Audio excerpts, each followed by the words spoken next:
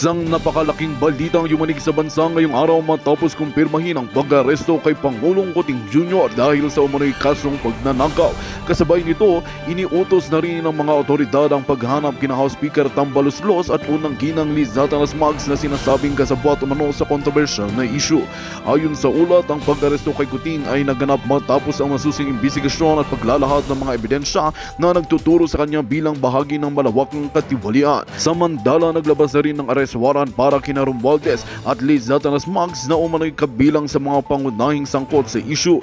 Patuloy na naghahanap ang mga otoridad sa kanilang kinaroroonan habang nagkakaisa ang publiko sa panawagan para sa hustisya. Sa gitna ng kaguluhang ito, nananawagan ng maraming Pilipino para sa isang patas at transparent na proseso upang matiyak ang pananagutan ng mga sangkot.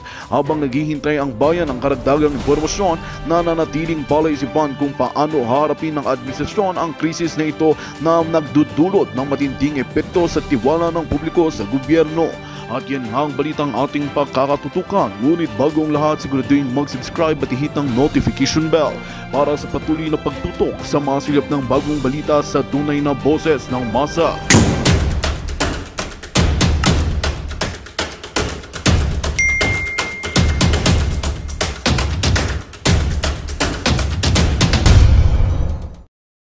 Para yung technology po na mas mabilis Okay. ang proseso. It so happens, sir, na salamat po rin po sa inyo at saka sa Kongreso. Nakapag-release po kayo ng some amount of money na at least 25% po ng mga counters natin mapapalitan na po ng mga e-gates na bago. At Bago na ito. Opo, sir. At one step na lang po yun. Ngayon po At saka modern na ito, hindi yung makalumang e-gates na Yes, sir. sabi nyo 6 years ago pa. Opo, mapapalitan na po yun, sir. So happen, malaki pong salamat namin, sir, at naipasa po nyo yung budget nung 2024. Kaya yun po yung under process ngayon po ng bidding. Magpi-POC na po. Supposed to be kayo ngayon, sir, ang POC namin para makita namin yung technology na matesting na po. So yun po yung sitwasyon namin, sir. Kaya po continuing po yung pag-upgrade po namin para yung convenience po ng mga pasahero natin is ma-address po. Okay. So, kung mapapalitan na itong mga e-gates na mga bago at saka mas maganda siguro kung dagdagan nyo para ma-ease yung congestion. So, makabagong e-gates na ito at dapat yung maintenance provider ninyo ay maagap at masipag at maayos yung trabaho na para periodically mini-maintain yung mga e-gates at hindi nagkasira-sira. Tama? Tama po, sir. Tama po. Anong pangalan ng maintenance provider niyo po ngayon? Yung existing po is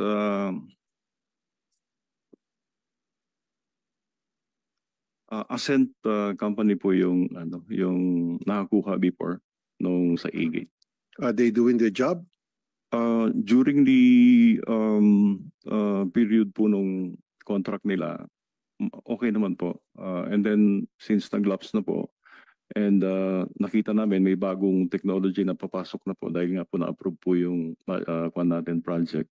So hindi na namin po itinuloy yun. But then on the need basis po, ang ginagawa po namin, pagka yung may sira, that's the time na andyan naman po kaagad sila. And then saka po namin sila So, kailan po mapapalitan itong mga lumang e-gates natin?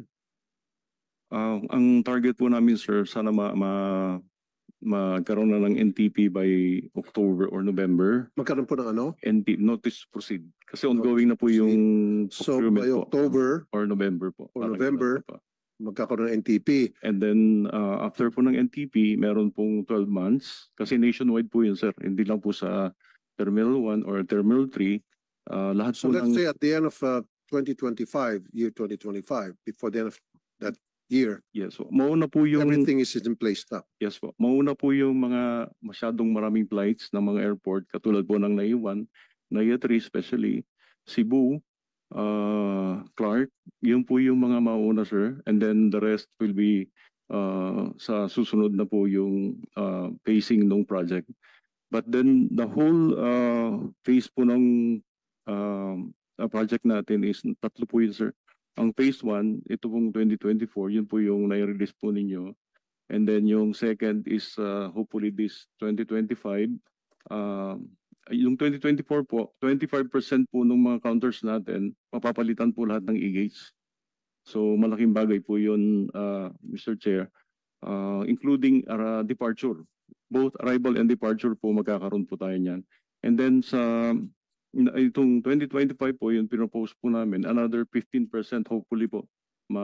Kasi ang target po namin, 50% po, lahat ng immigration counters mapalitan ng puro e-gates. Very good. Opo. Okay, at Yan least po. tinatrabaho niyo po. Opo. Kumikilos kayo. Nice to hear that. Meron ba dito taga Manila International Airport? Mia Management? Yes, sir. Eric Jose Castro Ines, sir. I think I did mention this several times during some hearings when I attended sa public services. Now, under my watch, I'll make sure na ito po ay ma-implement come what may by hook or by crook. Otherwise, araw-araw kitang patatawagin dito sa Senado. Hanggang ngayon, wala pa rin processing center ang airport para sa mga VIP passengers sa mga private and chartered airplanes. Why? Going abroad. Noong po huli natin na tinalakay po natin nung huling hearing, binanggit niya po niya yan. Yes. Nag-start po kami kagad, nagpalagay na po kami ng mga security doon sa mga entrances po ng GenAv. Gaya na sinabi. No, sir, I don't need CCTV. Yes, that's helpful. What I need is a processing center na ito mga pasahero na papuntang abroad na gamit ang isang private o chartered plane, dumaan sila sa the same process na dinadaanan ng mga regular airline passengers tulad namin.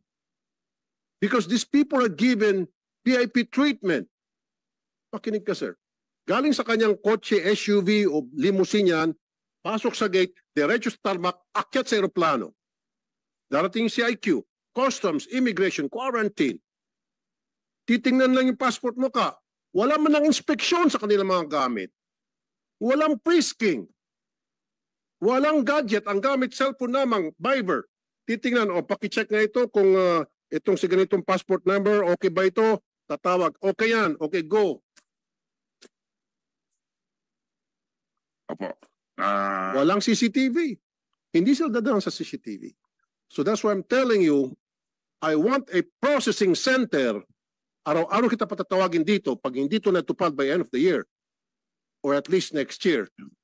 That processing center, dadaan din sa butas ng karayom lahat ng mga pasahero na lalabas ng ating bansa, especially out of the country, using private or chartered airplane. Maliban na lang of course sa mga dignitaries, ibang usapan yan.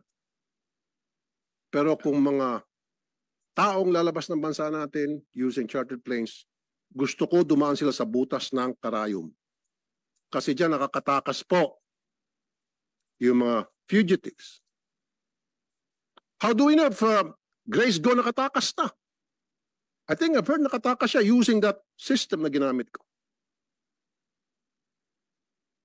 So, ito po ang mangyayari. Grace Go and all, Alice Go. And all other blacklisted personalities. Mamaya explain ko sa inyo paano nakatakas. Yep. O so bakit? Kailan po tayo magkakaroon ng processing center? Ito po ang pinaplano na po namin. Come September 14 po, ay turn over na po namin yung GenAv sa bagong concessionaire po natin. At sino po yun? At ito po yung NNIC, yung New Area Infra Corporation, which is composed of San Miguel and Incheon Airport. Nabanggit na po namin doon sa security group nila itong pong issue na ito. Okay. At gagawa po sila ng paraan. At pinag-uusapan na sa lokoyan po namin yung paano namin i-restrictuhan po yung mga entrances sa GenAv area. So habang pinaplano ninyo paano makaset up ng processing center, pinag-usapan niyo paano istiktuhan. Sige nga po, pakibanggit sa akin paano niyo po istiktuhan for the meantime. Ibabanggit ko na po sa Miguel o sa NNIC yung Po mismo, even while we speak, siguro, mamaya may nakaredy ng private plane dyan, papunta ng Hong Kong, papuntang Japan, papuntang China, Indonesia, etc. So pansamantala, ano po yung in place nyo na istriktuhan? Sabi nyo nga po. Mula po nung nag-usap po tayo, nag-deploy po kami ng mga security guards. Talaga mahigpit na po. At chine-check na po yung mga passes na pumapasok. So Security guards. Yun po. Okay, ano po yung checking ginagawa po ng security Yung guards? security guard po yan is composed of the Airport Police Department. Okay. And that is backed up by the Philippine National Police. Okay, ano pong klaseng pag-stick yung ginagawa ng mga security guards? Tinitingnan po lahat yung mga identification po, yung mga pumapasok po sa General Aviation Area. Okay. That's one. Yung kanilang mga gamit, chinecheck ba? Ah, Binubusisi ba? Kinakapkapan ba sila? sa masamang palad po ay hindi pa po namin umaabot Exactly, sa sa kasamang palad hindi. So, ibig sabihin, pwede siyang magdala ng droga, bomba, at kung ano pang mga kontrabando, kaya niyang ipuslit. Ginto, pera. Opo. Yes, sir. So, guys, we will have to discuss this very, very thoroughly. Very, very thoroughly. Yes, sir. How thoroughly would it be, sir? Well, definitely po, when we turn over the aviation, Keep saying we turn over. Parang gusto mo na agad ipasa yung responsibilidad na ito na kung saan na kayo nagkulang. I want it now. yes, sir. So, ang gagawin po So namin, tell me something na gusto ko effective immediately, as in now o yesterday pa dapat, na meron na talagang pag-istrikto to make sure na itong mga pasahero sa mga chartered airlines or chartered planes ay nakakapkapan, na inspeksyon yung kanilang mga gamit para hindi sila makapagpuslit ng kontrabando. opo. Sa ngayon po, ang mga pumapasok po ngayon ay karamihan po kung hindi po sana isasama ng loob. Hindi ko sasama ng loob. Hindi alam ko po. Banggitin niyo lang po sa amin. Pagkat ito po ay mga tinatawag natin mga medyo mga VIPs po natin nasa gobyerno po. VIP sa gobyerno. Sino-sino po ito? Huwag kayong matakot. Well, anyway, Anong pangalan po itong mga taga-gobyerno? Go ahead, mention their names. ibabanggit ko po sa inyo. Bigyan niyo po sa aking listahan kung natatakot kayo. Hindi naman po. It shouldn't be kasi lalo itong mga taga-gobyerno, niluklok sila ng taong bayan tapos what makes them so special? Samantala yung mga bumoto sa kanila, dumadaan sa proseso, dumadaan sa butas ng kalayom, tapos itong mga niluklok na mga ordinaryong tao, ito ang bibigyan ng super VIP treatment? Heck no. It shouldn't be that way. Anyway po, we will have to review again po immediately yung mga sinasabi po nyo at isa-center na po namin. Kaya nga sir, so give me a game plan. Paano niyo po Yes, sir. gagawin yun? I Yes, want sir. to hear it now. I want the public to hear it. Ano po yung plano para masiguro kasama din po sa national security yan. Yung sinasabi nga kanina, para hindi makalabas-masok ang mga taong blacklisted, ang mga criminal, whether domestic or foreign, in and out of the country gamit ang ating mga airport through chartered airplanes or private airplanes. Dalawang gate po yung National security itong pinag-usapan natin. Yes, sir. Dalawang gate po ang ating binababantayan mo ngayon.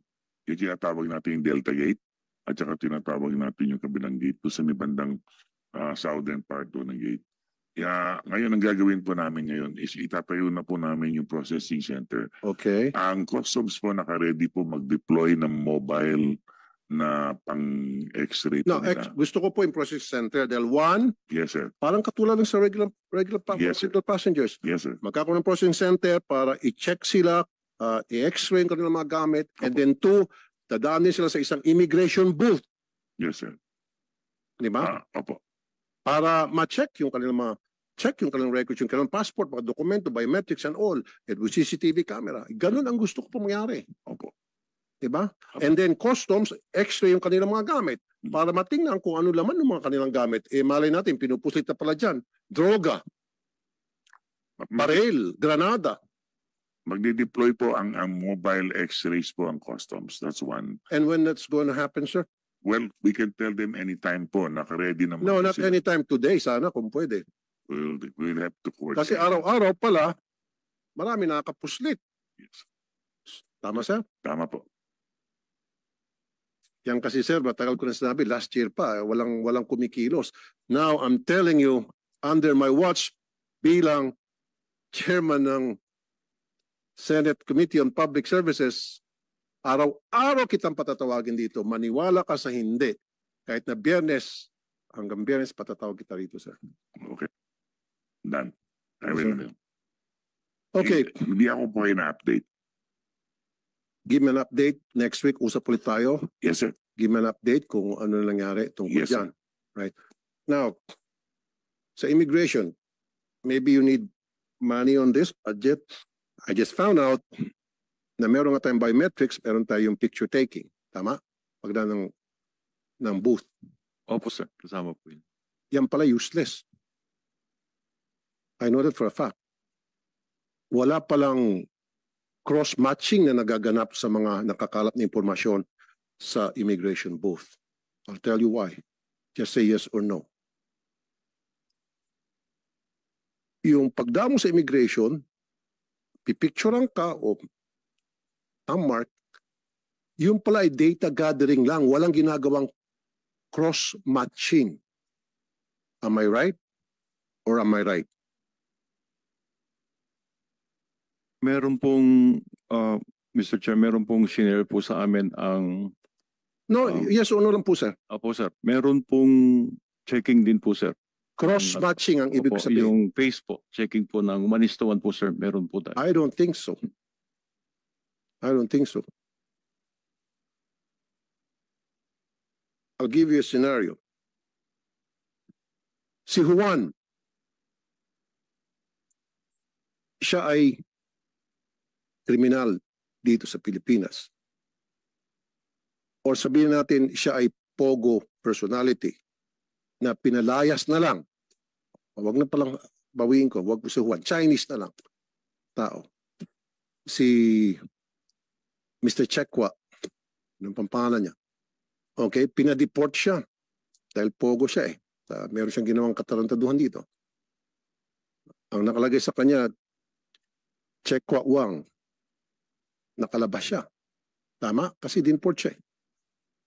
Kaya niyang bumalik ulit ng Pilipinas. Kahit na blacklisted siya. How? All he needs to do is kuha siya ng passport ulit. Yung pa rin yung picture niya, papalitan na yung pangalan niya, lulusot na kasi walang cross-matching. Unlike sa ibang bansa,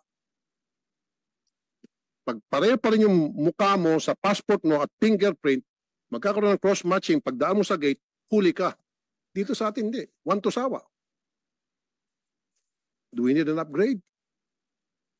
Do we need to modernize the system that you have in place right now?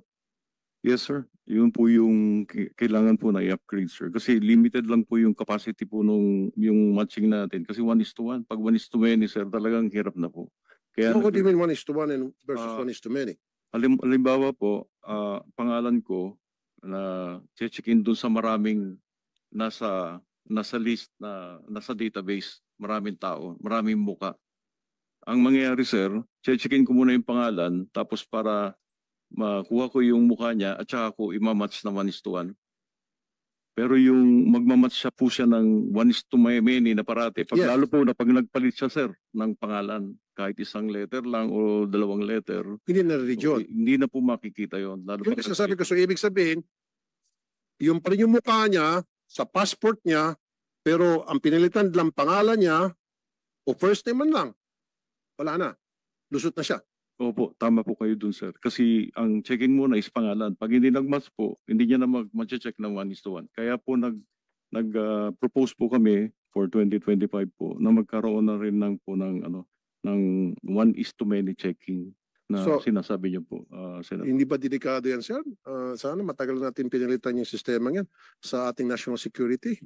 So any terrorist for that matter, kahit na meron ng nakalagay sa bulletin ng Interpol na ito ay terrorista, declared as terrorist, ito yung pangalan niya, nagpalit lang siya ng pangalan, lusot na siya sa atin. Opo sir, yun po yung isa po sa mga pinopost po namin sir. Actually po dito po sa E-Gate po sir na bago, may capability po, may na Cross-matching. Opo, may cross-matching na po. Yung para po sa mga E-Gate lang. Anong pinagkaiba ng E-Gate sa pinaka-booth ng immigration? Yun po, sa booth po, may mga interview po na mangyayari pa doon sa manual po na counter. Compared po dun sa machine, meron na po siyang pre-assessment na mangyayari before pa siya dumating. Integrated na po tayo doon sa ginawa po ng DICT, yung ibig sabihin e-travel integrated? po. Opo. Doon pa lang po sa e-travel, matcheck na po yung background niya. And then from there, makakapasok na siya.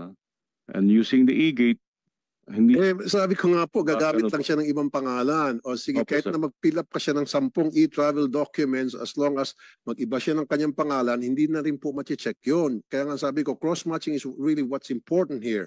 Yes, sir. Kasi yung inyo pong sistema diyan ngayon sa immigration ay data gathering lang. Ginagather lang yung data.